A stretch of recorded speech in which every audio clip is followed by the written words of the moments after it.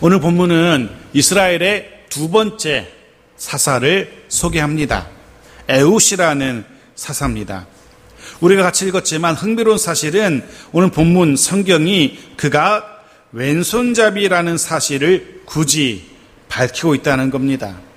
사실 그가 왼손잡이든 오른손잡이든 무슨 상관이 있겠습니까? 그럼에도 불구하고 성경이 굳이 그가 왼손잡이였다라고 밝히는 데에는 그만한 이유가 있을 겁니다. 오늘 본문을 하나씩 살펴가면서 그 이유가 무엇인지 알아보기를 원합니다. 12절 말씀 같이 읽겠습니다. 시작. 이스라엘 자손이 또 여호와의 목전에 악을 행하니라. 이스라엘 자손이 여호와의 목전에 악을 행함으로 여호와께서 모압 왕 에글론을 강성하게 하사 그들을 대적하게 하심에 이스라엘이 또 악을 행합니다. 지난주 함께 말씀을 나눈 것처럼 이스라엘이 또다시 잊어서는 안 될 것을 잊어버린 겁니다. 하나님의 은혜와 하나님의 긍휼을 잊어버린 겁니다. 이전 사사 온니엘을 통해서 하나님이 주신 그 평온한 시간, 그 40년의 평안함이, 그 편안한 삶이 그만 이스라엘로 하여금 하나님의 긍휼과 하나님의 은혜를 다시금 새카맣게 잊게 한 겁니다. 조금 살만하니까 배 두드리면서 등 따시게 살만하니까 누워서 자신들이 힘들 때 도우셨던 하나님의 은혜를, 그 긍휼하심을 잊어버린 겁니다. 역시 하나님은 하나님을 잊은 이스라엘에게 또다시 진노하시죠. 약 50년 전에 구산 미사다임을 섬겼던 것처럼 또다시 이스라엘로 하여금 이번에는 모압 왕 에글론을 섬기게 하신 겁니다. 13절 말씀 보십시오. 같이 읽죠. 시작. 에글론이 암몬과 아말렉 자손들을 모아가지고 와서 이스라엘을 쳐서 종려나무 성읍을 점령한지라. 모압 왕이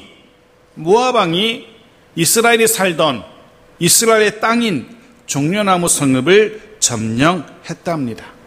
자, 종려나무 성읍 어디를 말할까요? 종려나무 성읍 여리고성을 말합니다. 여리고성. 아마 여러분 여리고성을 기억할 겁니다. 이스라엘이 가나안 땅 요단 건너서 가나안 땅에 들어와서 가장 먼저 점령한 성이 여리고성이었잖아요. 그것도 이스라엘은 아무것도 한 것 없이 그저 성만 뺑뺑 돌다가, 그런데 하나님이 그 성을 일시에 무너뜨려 주셨던 성이 여리고성이었습니다. 즉 이 여리고성은, 이 무너진 여리고성은 하나님의 도우심, 하나님의 역사하심, 하나님의 함께하심, 이런 걸 보여주는 엄청나게 중요한 상징과도 같은 성읍이 여리고 성읍이었습니다. 종교적으로는 엄청나게 중요한 의미 있는 여리고 성이었다는 겁니다. 게다가 군사적으로 또 가나안의 길목에 있기 때문에 엄청나게 중요한 위치에 있습니다. 그런 종교적으로도 의미가 있고 군사적으로도 중요한 성읍인 이 여리고성을 모압 왕에게 뺏긴 겁니다. 여리고성은 단지 하나의 성 하나 뺏긴 것에 그치는 것이 아니었다는 겁니다. 여리고성을 빼앗겼다는 것은 더 이상 하나님이 돕지 않는다는 그런 의미와 똑같습니다. 하나님의 도움을 상징하던 여리고성을 함락당했다는 것을 빼앗겼다는 것은 더 이상 하나님이 우리를 돕지 아니하신다라는 것의 증거였습니다. 더 이상 하나님이 이스라엘을 위해서 싸우시지 않는다라는 하나의 증거였기 때문에 이 여리고성을 빼앗기는 것은 굉장히 가슴 아픈 일이었습니다. 게다가 이 여리고 지역은 가나안 경제의 중심지였습니다. 가나안 땅에서 가장 비옥한 땅이 바로 이 여리고 지역이었던 겁니다. 그런데 그런 성을 빼앗긴 겁니다. 경제적으로도 치명적입니다. 종교적으로도 치명적이고 군사적으로도 치명적이고 경제적으로도 치명적인 성을 빼앗긴 겁니다. 그런데 사실은 이 여리고성을 뺏기고 이스라엘이 더 정말로 가슴 아팠던 이유는 이 성을 빼앗은 사람들이 바로 모압 사람들이었다는 겁니다. 그게 이스라엘로 하여금 더 가슴 아프게 합니다. 왜냐하면 모압은 이스라엘이 가장 무시하고 경멸하던 족속이었거든요. 여러 이방 족속 중에서 이스라엘이 가장 무시하고 흔히 하는 말로 발톱에 때만도 못하게 여겼던 족속이 모압 족속이었어요. 그 이유가 있습니다. 창세기 19장 36, 37절 같이 읽겠습니다. 38절까지 시작. 롯의 두 딸이 아버지로 말미암아 임신하고 큰 딸은 아들을 낳아 이름을 모압이라 하였으니 오늘날 모압의 조상이요 작은 딸도 아들을 낳아 이름을 벤암미라 하였으니 오늘날 암몬 자손의 조상이었더라. 모압은 아브라함의 조카였던 롯, 그 롯으로 인해 생겨난 족속입니다. 그것도 아버지 롯과 딸 사이에, 두 딸 사이에 태어난 이로 인한 그 아들로 인해 생겨난 족속입니다. 아버지와 딸의 관계로 태어난, 말 그대로 민족의 수치라고 할 수 있는 두 아들, 모압과 암몬. 그래서 이스라엘은 대대로 이 족속을 경멸해 왔습니다. 게다가 이스라엘 민족이 애굽을 나와서 광야를 헤맬 때 이 모압의 왕이 발람이라는 선지자를 동원해서 이스라엘을 저주하게 합니다.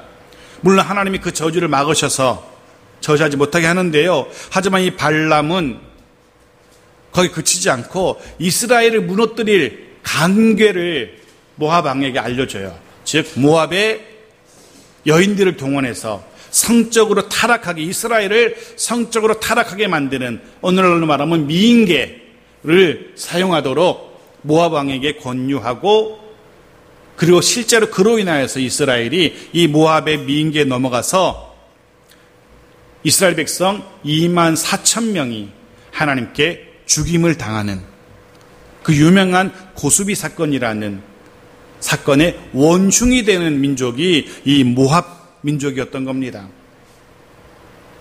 그래서 하나님은 이렇게까지 선언하세요. 신명기 23장 3절 말씀 같이 읽어볼까요? 시작. 암몬 사람과 모압 사람은 여호와의 총회에 들어오지 못하리니 그들에게 속한 자는 시대뿐 아니라 영원히 여호와의 총회에 들어오지 못하리라. 심지어 다른 가나안 족속들 있잖아요. 다른 가나안 족속들은 한 3, 4대 지나면 이스라엘 공동체에 들어올 수 있었어요. 합법적으로 들어올 수 있었어요.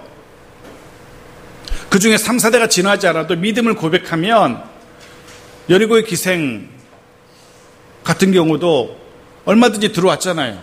그런데 하나님은 이 족속만큼은, 모압과 암몬 족속만큼은 영원히 들어오지 못하게 합니다. 사실은 모압과 암몬은 따지고 보면 이스라엘과 사촌되는 족속이잖아요. 가나안의 족속과는 구별되는 훨씬 더 가까운 친족이에요. 그럼에도 불구하고 하나님은 이들만큼은 이스라엘 공동체에 들어오지 못하도록 못을 박아놨어요. 그만큼 모압과 암몬, 모압은 조상대대로 이스라엘 백성들에게는 경멸과 무시의 대상이었어요. 그런데 다른 민족도 아니라 바로 그렇게 자신들이 무시하던 모압에게 자신들의 그 중요한, 그 소중한 여리고성을 빼앗긴 겁니다. 다른 사람 그 누구에게 성을 빼앗긴 것보다 더 가슴 아프고 더 충격적인 사건이었던 겁니다. 그런데 성을 뺏기는 것에 그치지 않습니다. 14절 말씀 보십시오. 같이 읽죠. 이에 이스라엘 자손이 모압 왕 에글론을 18해 동안 섬기니라. 단지 성 하나 빼앗기고 말았으면 오히려 좀 가슴은 쓰렸겠지만 괜찮았을 텐데 그뿐만이 아닙니다. 이후로 모압을 거꾸로 섬기게 됩니다. 자신들이 그토록 무시하고 경멸하던 그 민족을, 그 족속을 밑에서 섬기게 된 겁니다.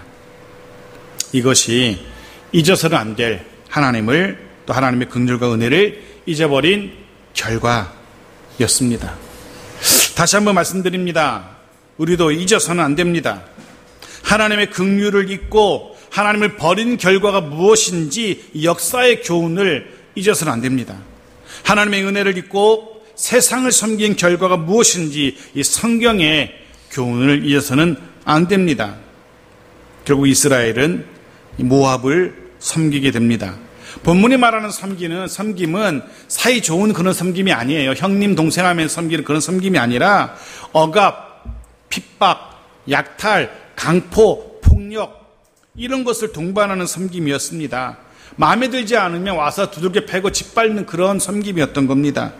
폭력을 동반하는 섬김이었던 겁니다. 그것도 한두 해도 아니고 자그만치 18해 18년 동안 섬기게 됩니다.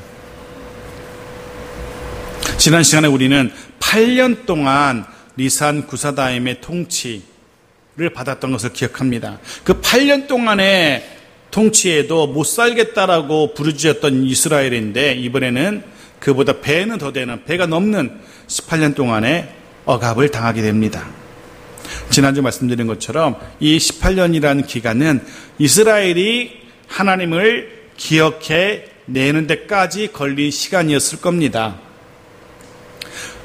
이스라엘이 모압에게 성을 뺏기고 모압을 섬기게 되었을 때, 그들로부터 강포를 당하게 되었을 때 금방 당장이라도 하나님께 달려와서 하나님 살려주십시오 했더라면 1년 만에라도 하나님은 구원자를 사사를 보내셨을 거예요. 그런데 그 기간이 무려 18년 동안 이어집니다. 뭘 할 수 있어요? 이스라엘 참 미련하고 참 어리석은 족속이라는 것을 알 수 있어요. 18년 동안 딴 데 가서 딴짓하면서 도와달라고 했던 겁니다. 그 긴 기다림 끝에, 그 긴 시간 끝에 드디어 하나님을 기억해냅니다.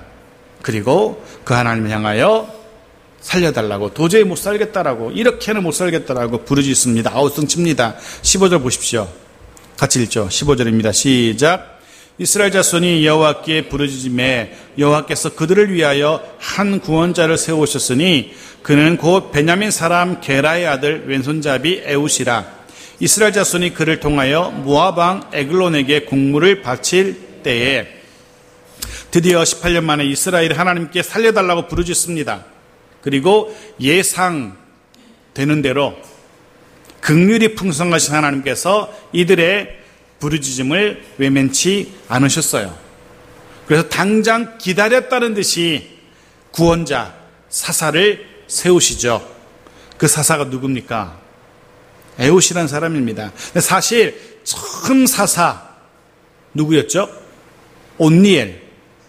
그 정도는 좀 알아두셔야 돼요. 처음 사사 온니엘을 기억하는 사람들은 또다시 하나님이 세우실 사사가 누굴까 궁금했을 겁니다. 사실 냉정하게 볼 때 처음 사사 온니엘은 적과 대적해서 이스라엘을 구원해 내기에는 좀 버거워 보일 정도로 나이가 많은 할아버지였잖아요. 나이 80이 넘은 백발의 호호 할아버지였어요. 그래서 이스라엘 백성들이 온니엘이 사사로 이렇게 세움받았을 때 선뜻 그렇게 막 열렬히 환영하고 박수치는 그런 분위기는 아니었거든요. 그렇지만 적어도 온니엘은 이 이스라엘에서 최고의 명문가였어요. 알만한 사람 다 아는 최고의 신앙의 명문가 출신이었잖아요. 거기다가 이스라엘의 영적인 군사적인 리더였고, 그래서 그나마도 이스라엘 백성들이 수긍하는 면이 있었어요. 해서 이스라엘 백성들이, 그리고 우리들 성경의 독자들은 하나님은 이번에는 또 어떤 훌륭한 사사를 세우실까 기대합니다. 그런데 오늘 본문에 보십시오. 그래서 이렇게 소개해요. 그는 곧 뭐라고 소개합니까? 베냐민 사람이라고 먼저 얘기해요. 굳이 베냐민 사람이라고 밝히는 데에는 이유가 다 있어요.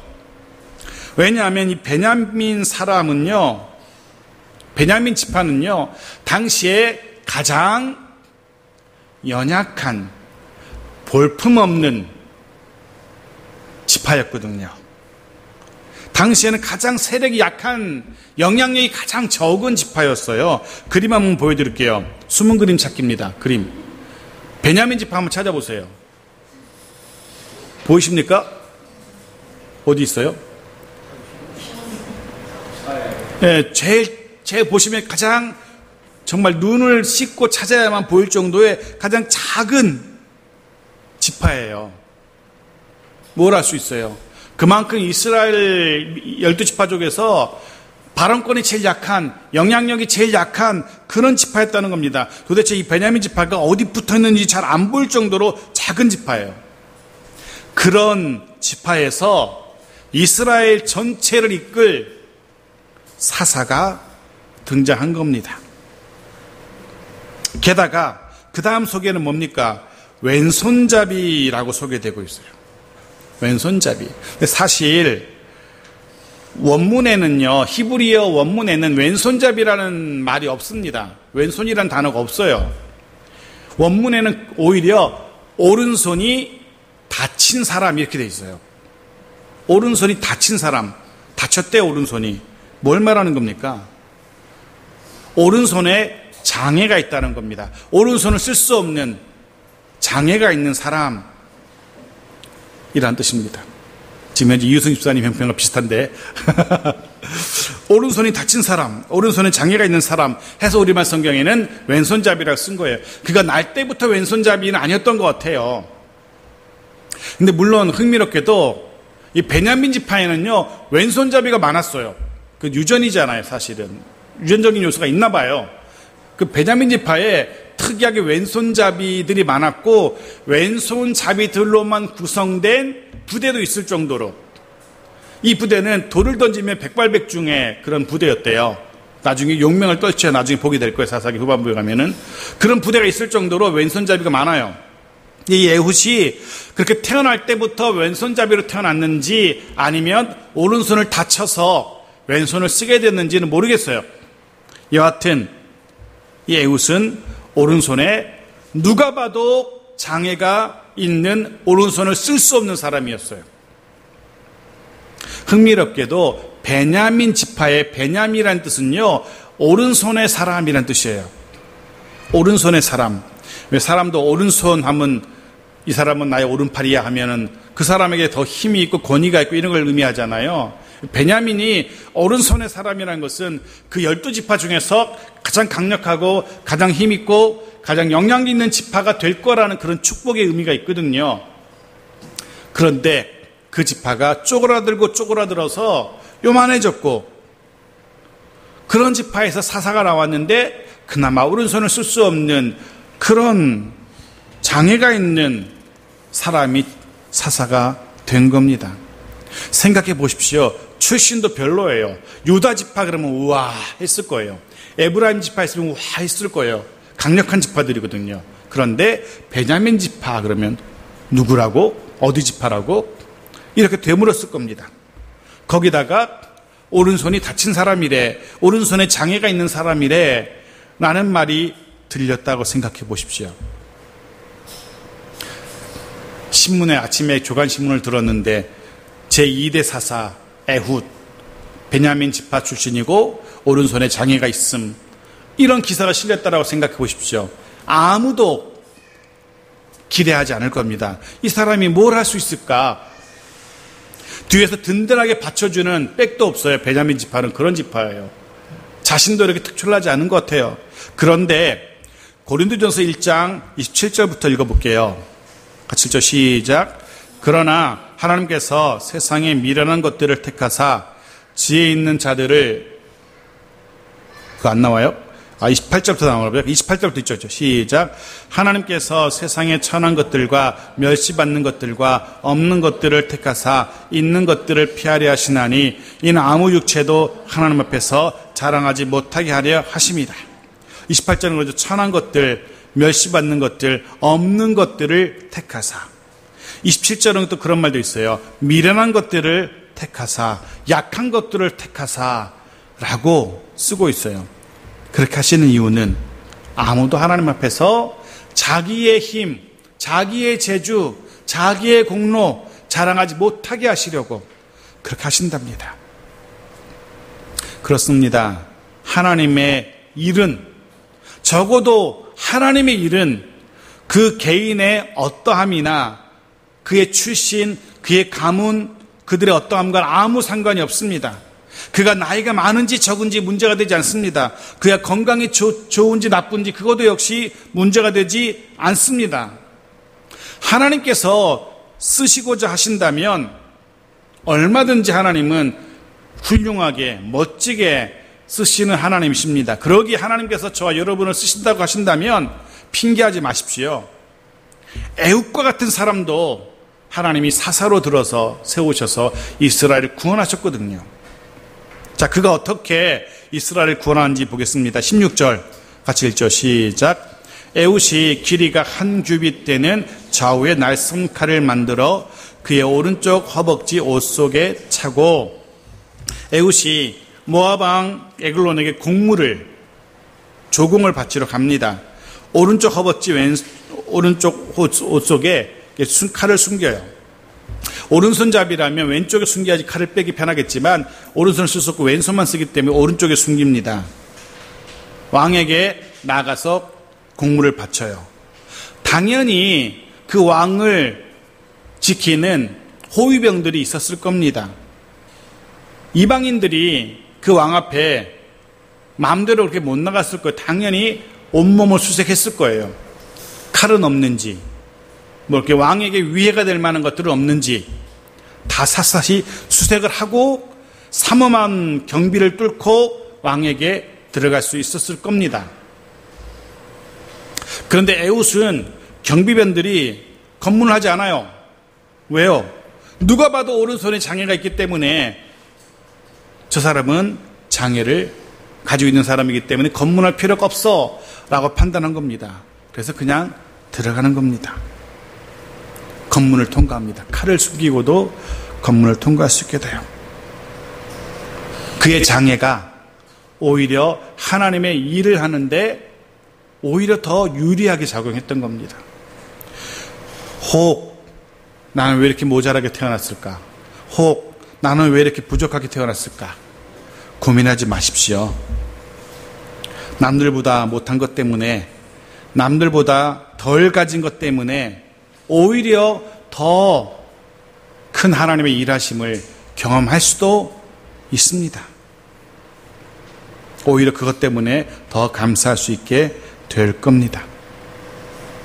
그렇게 칼을 숨기고 모압 왕 앞에 나아갑니다. 에훗이. 자, 19절 보겠습니다. 시작. 자기는 길갈 근처 돌 뜨는 곳에서부터 돌아와서 이르되 왕이여 내가 은밀한 일을 왕에게 아뢰려 하나이다 하니 왕이 명령하여 조용히 하라 하매 모셔선 자들이 다 물러간지라.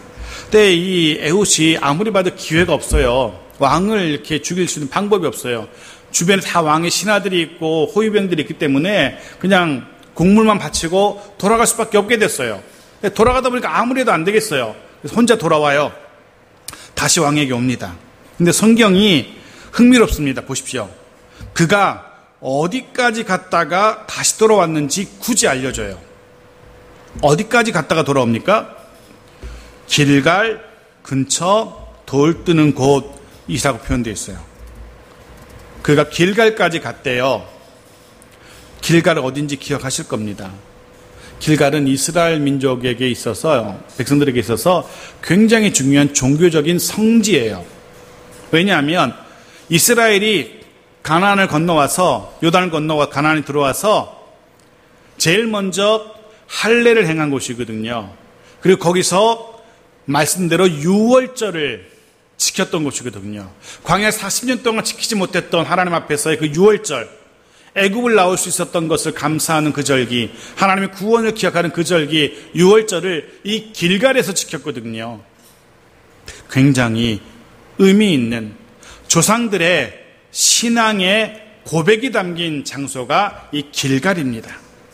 이스라엘 후대 백성들이 길갈 하면 우리 조상들의 신앙이 부흥했던 바로 그곳이지 알 수 있는 곳입니다. 그런데 그 길갈에서, 길갈을 어떻게 설명합니까? 돌 뜨는 곳이라 그래요. 그 길갈에 돌을 뜨고 있어요. 돌을 뜬다는 표현은요, 돌을 다듬는다라는 뜻이에요. 돌을 다듬고 있어요.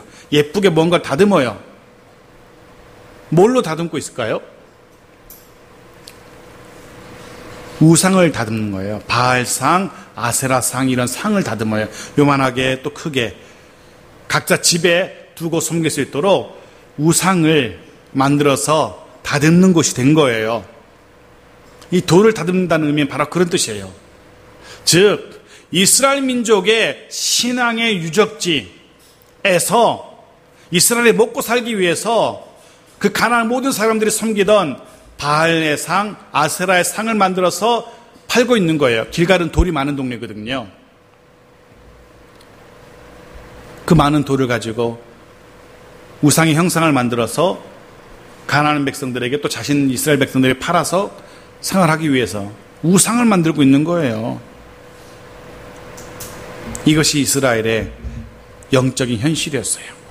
그 중요한 신앙의 여호와 신앙의 유적지에서 가나안의 우상을 만들고 있는 이스라엘 백성들의 모습, 이게 말도 되지 않는 일이거든요. 사실 그 총신대학교 신학대학원에 있는 양지에 가면은요, 조그만 교회를 하나 이렇게 복원해놓은 교회가 있어요. 실제로 예배는 드리지 않는데 조그만하게 소래교회라고 교회를 하나 복원해놨어요. 1883년 황해도에 세워졌던 대한민국 최초의 교회예요. 그 교회를 경기도 양지 총신대학 신학대학원 안에 복원해놨어요. 그만큼 의미 있는 곳이기 때문에, 의미 있는 교회이기 때문에 거의 복원해놨거든요. 그런데 생각해 보십시오. 그 유서 깊은 교회 앞에 매일같이 무당이 와서 구슬한다라고 한번 생각해 보십시오. 말도 되지 않는 일일 겁니다. 그런 말도 되지 않는 일이 지금 이스라엘에서 벌어지고 있는 거예요. 길갈에서 돌을 뜬다는 표현이 바로 그런 의미예요.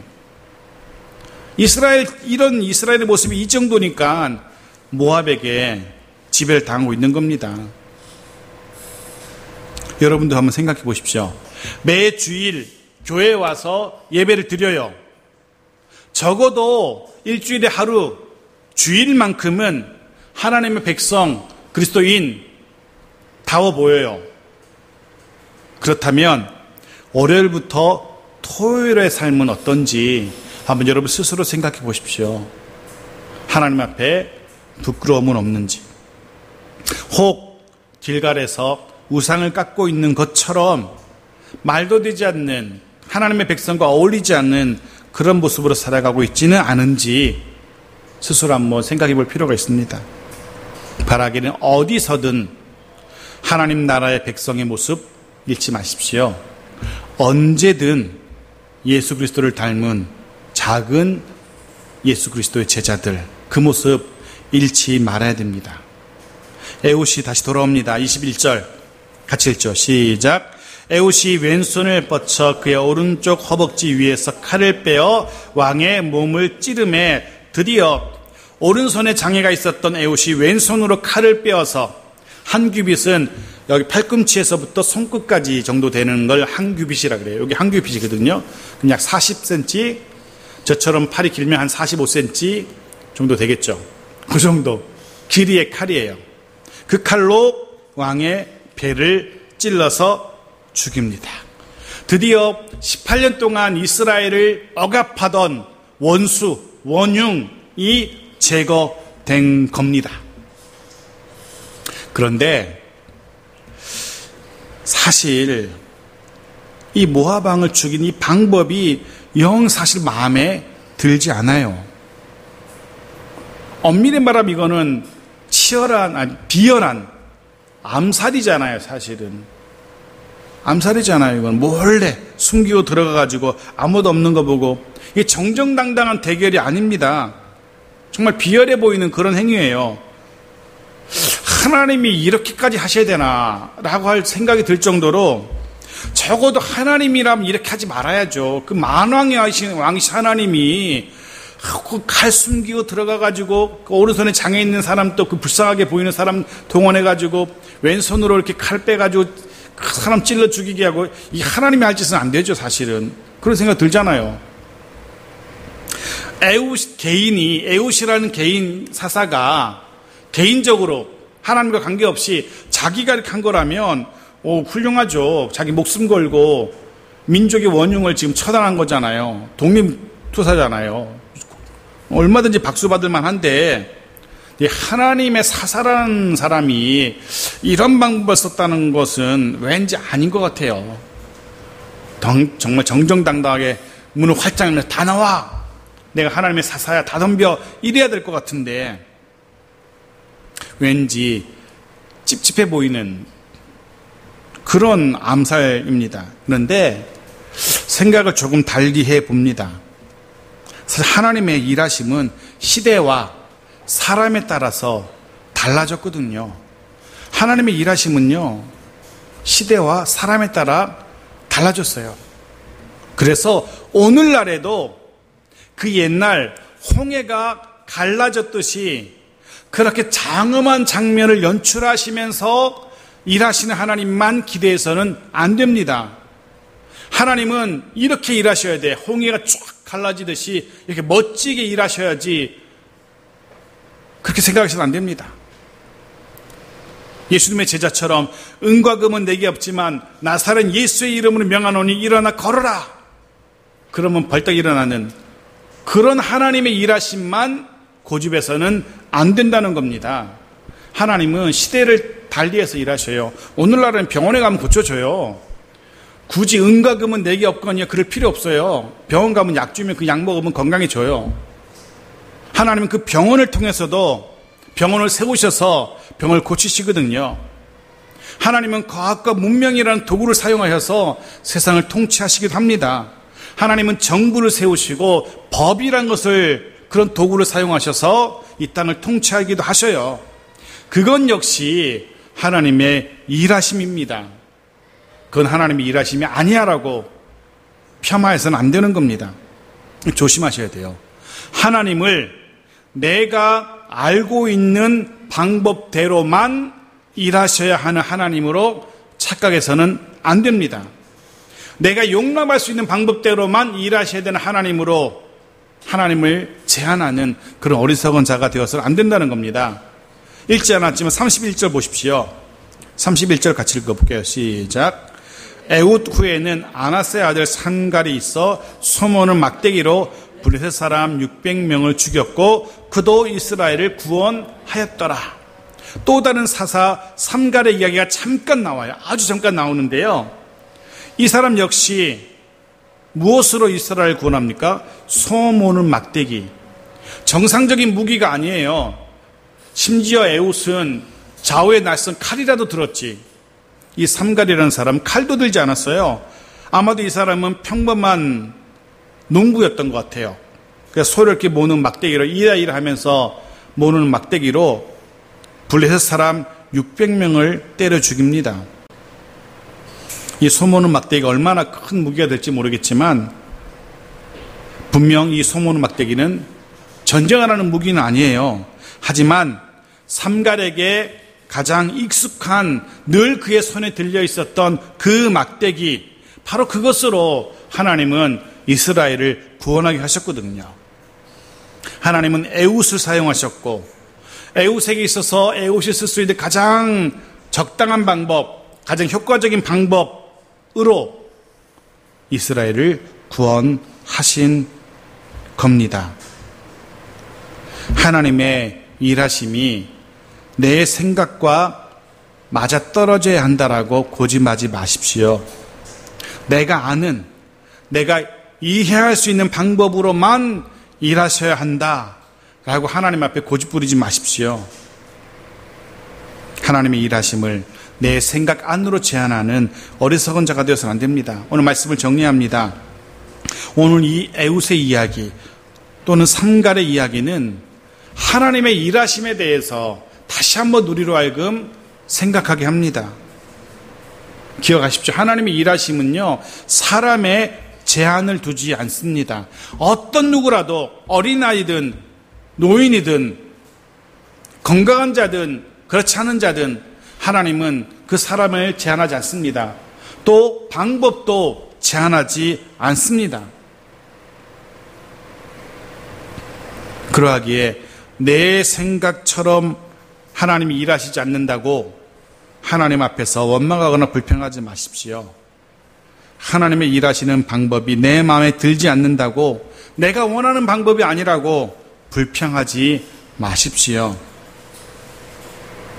하나님, 때로 사람들이 이렇게 얘기합니다. 하나님, 지금 내 상황이 이러니 하나님은 나를 이렇게 도와주셔야 됩니다. 내 형편이 이러니 하나님은 이렇게 도와주셔야만 합니다. 착각하지 마십시오. 하나님은 우리 마음대로 움직이는 알라딘 램프의 요정이 아닙니다. 우리가 시키는 대로, 우리가 원하는 대로 일하셔야 되는 하나님이 아니라는 거죠. 하나님은 내 생각을 초월해서 일할 수 있고 내 생각과 전혀 다르게 뜻밖의 방법으로 일하실 수도 있는 하나님이라는 사실을 우리는 꼭 기억해야 됩니다. 그러하기 우리는 그저 기도해야 됩니다. 그 하나님께서 우리를 통해서, 우리의 가정과 교회를 통해서 일하시기를 기도해야 됩니다. 그리고 그를 통해서, 그런 우리를 통해서 일하시는 하나님을 인하여서 하나님의 하나님 되심이 증거될 수 있기를 바랍니다. 또한 그렇게 저와 여러분을 하나님이 하나님의 도구로 사용하시려고 하신다면 이런저런 핑계 대지 마십시오. 내가 몸이 약한데요, 내가 가진 게 없는데요, 내가 시간이 없는데요, 내 형편이 이런데요, 핑계하지 마십시오. 하나님은 얼마든지 그런 우리들을 사용하셔서 하나님의 일을 이루실 겁니다. 하나님의 하나님 되심을 증명하실 겁니다. 그러기 우리는 하나님께서 우리를 사용하시도록 기꺼이 우리 모든 것을 내어드릴 수 있는 우리 모두가 되어지길 바랍니다. 올여름 그렇게 주님께 정말 멋지게 쓰임받는 그런 저와 여러분 되어지기를, 또 우리의 가정과 교회 되어지기를 주님의 이름으로 축원합니다. 아멘.